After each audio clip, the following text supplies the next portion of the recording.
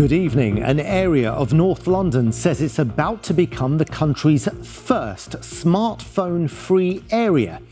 You will, of course, still be able to use your smartphone in the London borough of Barnet, but not in its schools. It comes after a grassroots movement founded a year ago on a WhatsApp group gained momentum with the idea of holding back on buying smartphones for children. More on that in a moment. After this from Alice Bandakravi, who's been getting reaction to the smartphone ban. What's your feeling about smartphones in schools? Yeah, so our school doesn't support smartphones in any shape or form, which I think is a very sensible decision, because to be able to use smartphone, you have to have the skill. You have to know what's bad and what's good about it. And why do you think they should be banned? Because I think it will really help students with their engagement in their learning. Like, I hear some schools are using Yonder pouches. I think that's really good. What's a Yonder pouch? It's this pouch, and then you put your phone inside of it. Then it has like this pin, and it closes, and you can't open it. You have to use like a magnetic thing to open it. And you think so that would help students like you? Yeah, it would. I do think that it is important to prioritize, probably, reframing from using it at school. Maybe when they're home, then they can actually, they can use their phone. But I think it's important to have the conversation at home with them first. So my youngest has quite a full diary. He takes himself off to football, or he takes himself off to a music, thing. So he will look up where he's supposed to be, or he looks up a lesson, or what books he's got to take with him. So he'll use it on either end of the day. And, short of putting tags on him or whatever, we use it to watch him travel here, there and everywhere so that we know he's safe.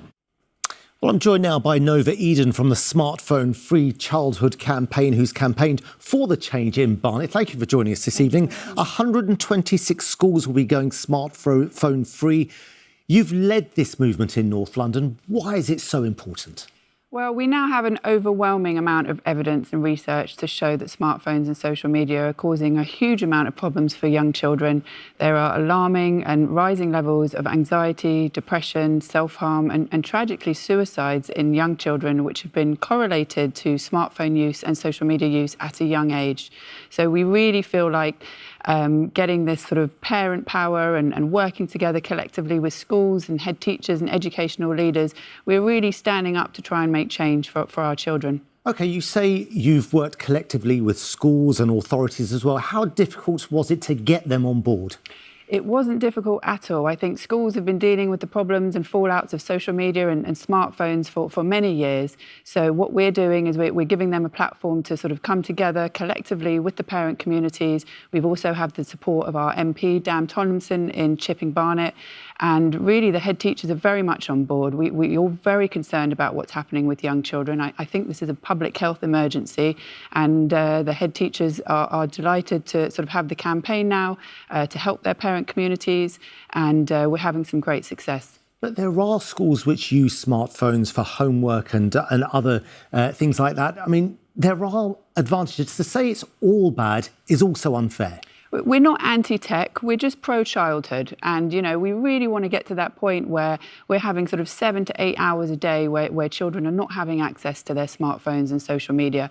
In primary school level, a smartphone-free school means that no children will be taking a smartphone into school. Of course, it's quite a challenging conversation for the secondary schools because a lot of these children already have smartphones. But what we know is that Gen Z are currently growing up in this uncontrolled experiment.